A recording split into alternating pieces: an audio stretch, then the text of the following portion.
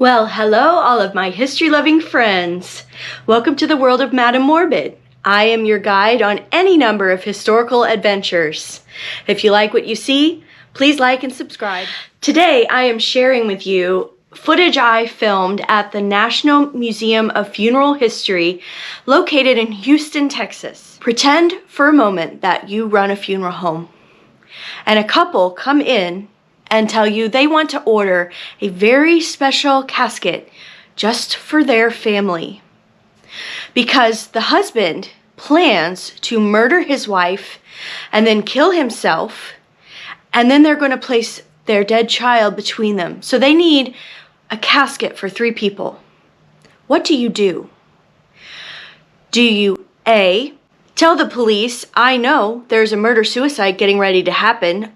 Do you B, happily put this casket order together for them and sell it to them?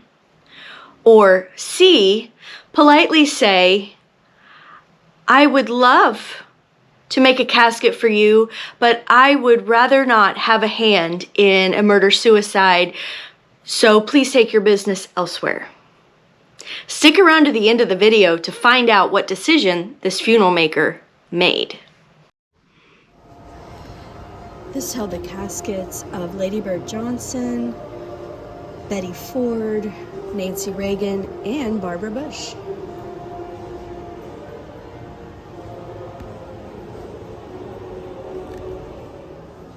This guy was a singer, and this was his choral uniform. Alviv Howe, who performed a solo at Gerald Ford's funeral. God bless America, land that I love. I remember Gerald Ford's funeral, and I always remember that SNL sketch where Tom Brokaw is preparing for what if Gerald Ford died while he was on vacation. So he was filming all these different ways Gerald Ford might die.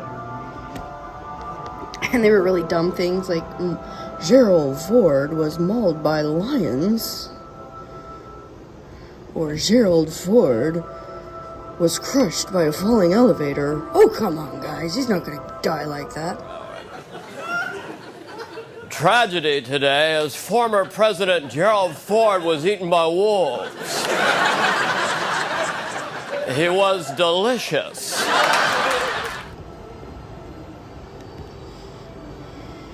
This is all from George H.W. Bush's funeral.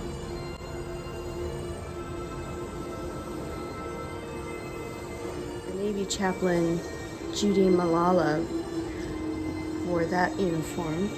Reverend Russell Jones Levinson wore this. Same model used for Ronald Reagan. This one was the kind used for Kennedy. Oh, shoot.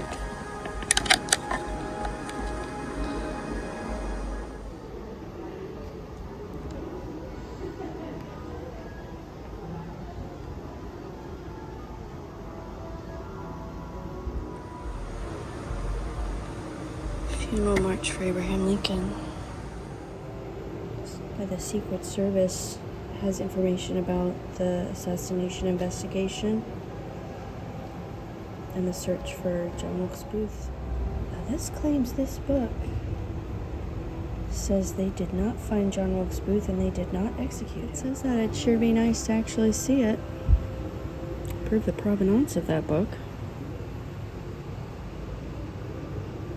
Lincoln mourning badge.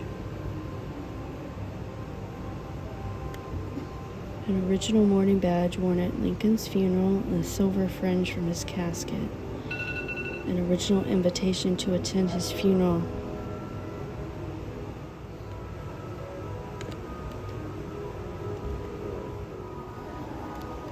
A replica of his death mask. A replica of his casket.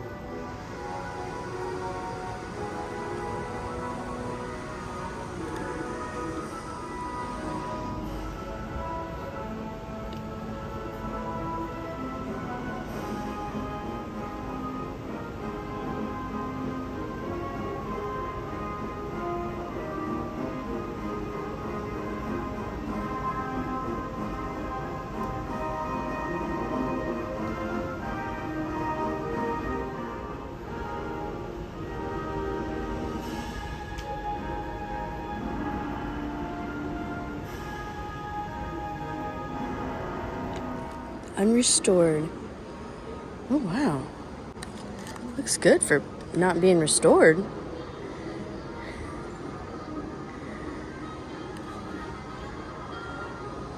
Gorgeous. This one was used for little kids. 1832. Last used in 1926. They put sleighs on it in the winter. This is the oldest restored hearse in the country. The coffins out of the time period.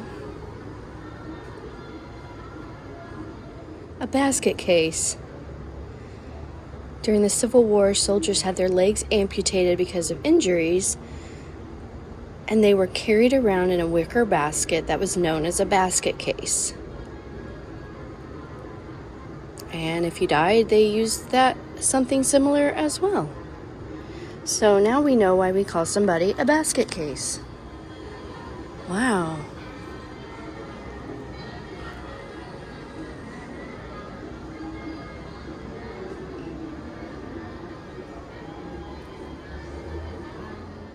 (1920s) broadcloth covered casket. Boy, isn't that fancy.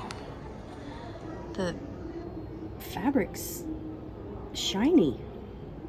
Look at this fancy vehicle. Italian Renaissance casket. It took 2 men working for a whole year to make one, and the first was selected for Cardinal Mundelin in 1939. Jeez.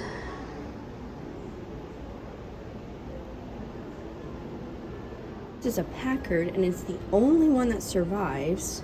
It held the casket, pallbearers, and 20 mourners. Oh, it could hold more than one casket. They climbed this uphill to the cemetery when the weight in the back caused the bus to tip back.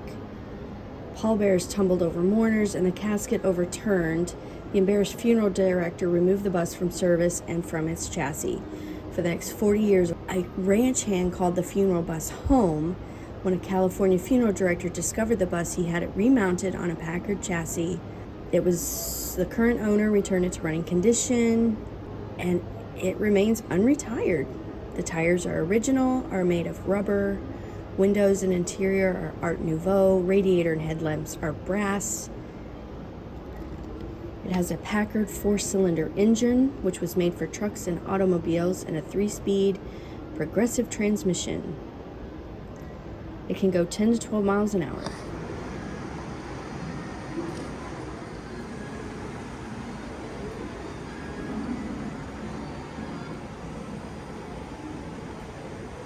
Beautiful.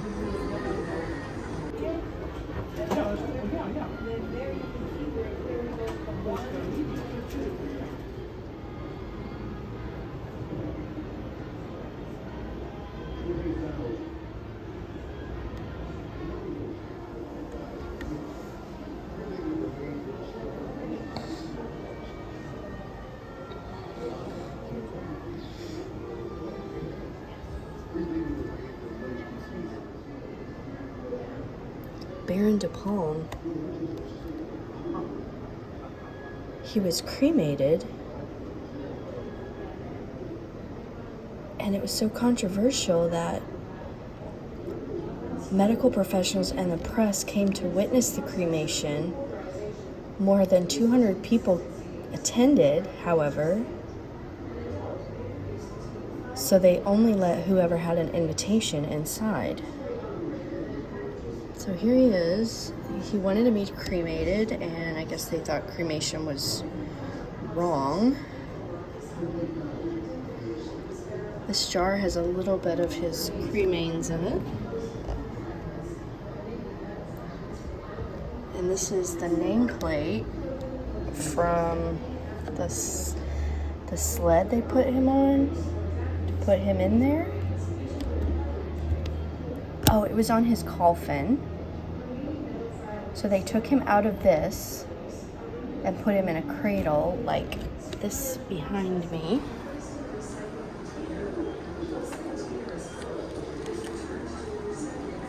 So they put the person in this and then put that in the oven.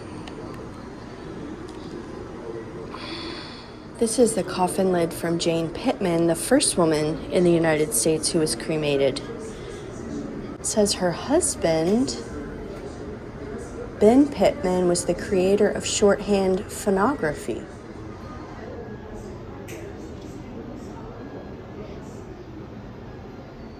So sometimes if people have things in them like a hip replacement or back braces, knee replacement, this stuff is left behind. This is the average amount of what's left behind when people are cremated. These are temporary urns used throughout the years. I guess this is what a modern crematory looks like.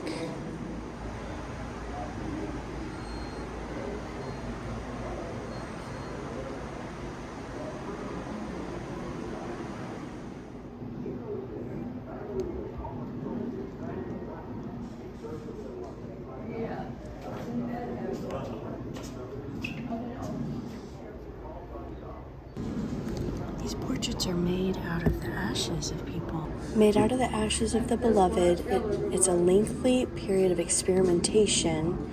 She's developed a process in which the loose ash particles are affixed to a substrate upon which they rest gently until, through several applications, a rich and textured likeness is achieved.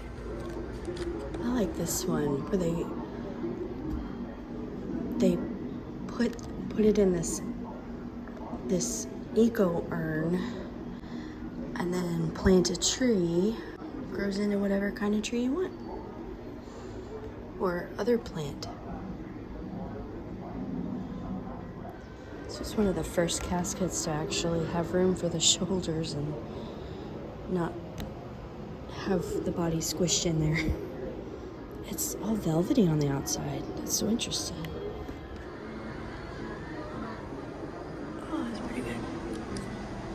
Have the funeral at home, you've got to have it on ice. So this is a cooling board. But gradually embalming It's an ad became for it. commonplace, and embalming and undertaking as a profession began to become better defined. Sanitarium, sterilizing not only the body, but also sterilizing and fumigating the death room. It's an early embalming room. Different tools you need, equipment. The fumigator, formaldehyde gas generating fumigator. The keyhole fumigator, part of the undertaker's equipment. So if they had disease such as cholera or smallpox, they would fumigate the room by heating this and turning it into gas and attaching that hose to the keyhole of the room where the person was sick. This held the embalming fluid. This is a Civil War embalming pump. Cosmetic kits with creams and powders. With makeup, the finishing powder used to soften the appearance. Sounds like maybe they brought this stuff with them into people's homes.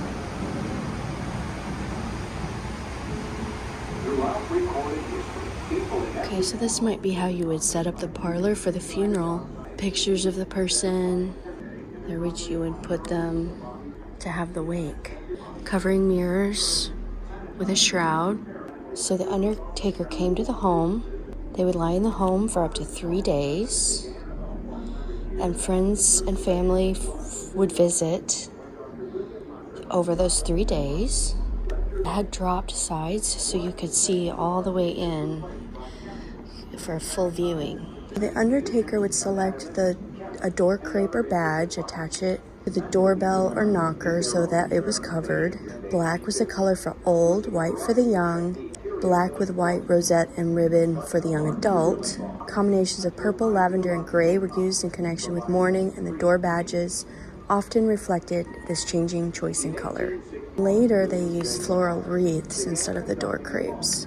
And so sometimes the local florist would fail to attach the flowers. In rural areas, the funeral director carried artificial flowers with him. The shadow box, hair wreaths made from the dead person. I think they would collect hair for years to make these throughout the person's life, and then when you were ready, you had enough to make one. It's kind of creepy to think about saving it for years and years, anticipating somebody's death. But I think sometimes they had the hair of multiple people. That is gorgeous right there. This was for a young person, I would say maybe 8 or 9. And so they had this cover that came off so you could view the person and then you would put it back on for the burial.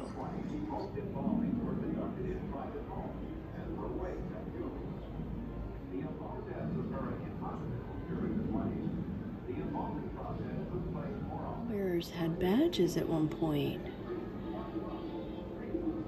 In the late 1800s.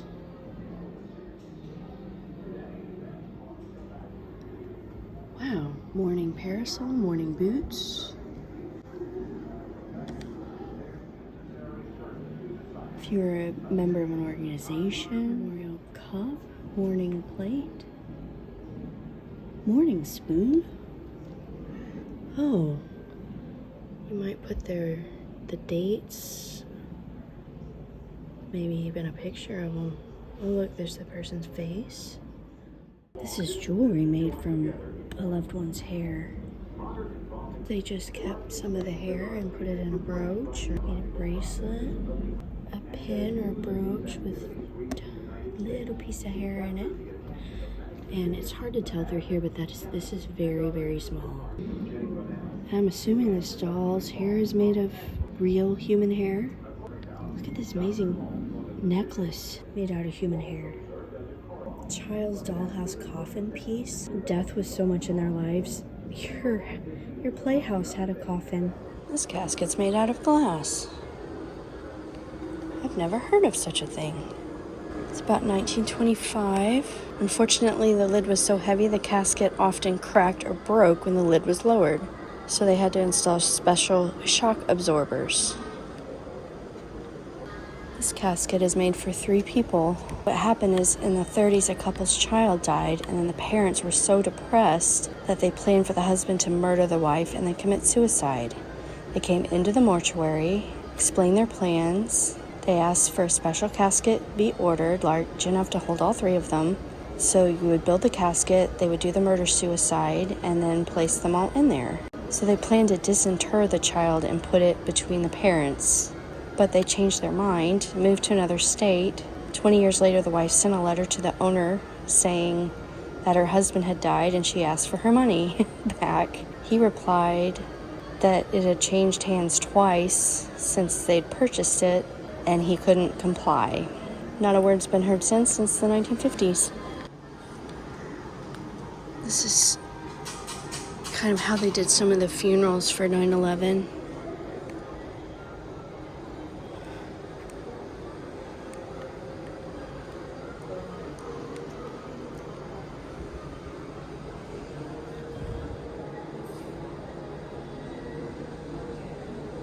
Contained ashes from Ground Zero.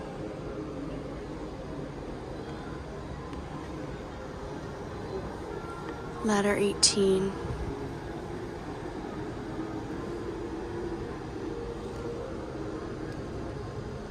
Wow.